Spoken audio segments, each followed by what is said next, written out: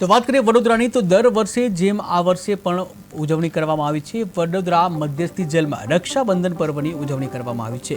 ત્યારે મોટી સંખ્યામાં બહેનો પોતાના ભાઈને મળવા પહોંચી હતી, જ્યાં જેલ તંત્ર દ્વારા પણ બહેનો માટે સુવિધા આપવામાં આવી છે. ભીની આંખો સાથે બહેનો દ્વારા ભાઈઓને રાખડી બાંધવામાં આવી.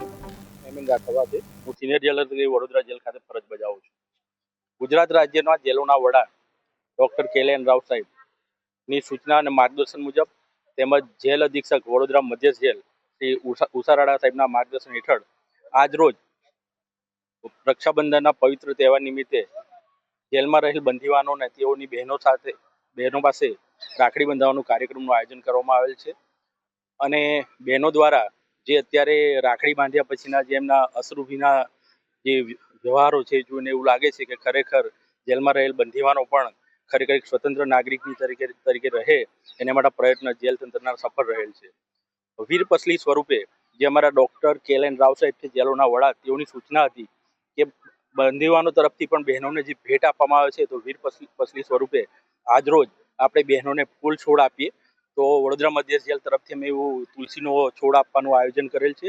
તમામ બંદીવાનો પોતાની બહેનોને રાખડી બાંધવાનું મારા ભાઈઓને આવ્યું છે. મેં એક મોટા ભાઈને 3 વર્ષથી બાંધવા આવું, નાના ભાઈને 4 વર્ષથી બાંધવા આવું છું.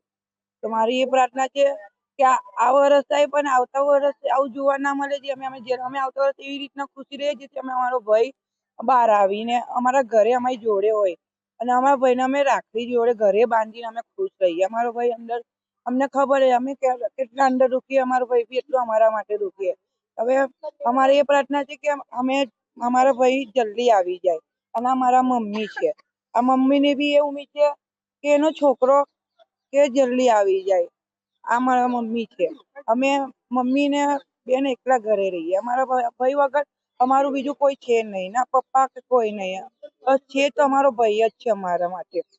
તો અમે પ્રાર્થના કરીએ કે આજ અમારું ભગવાન સાંભળતા હોય તો મારા ભાઈઓની અંદર રક્ષા કરે હંમેશા, અને અમારા ભાઈઓને અમારી અંદર દિલથી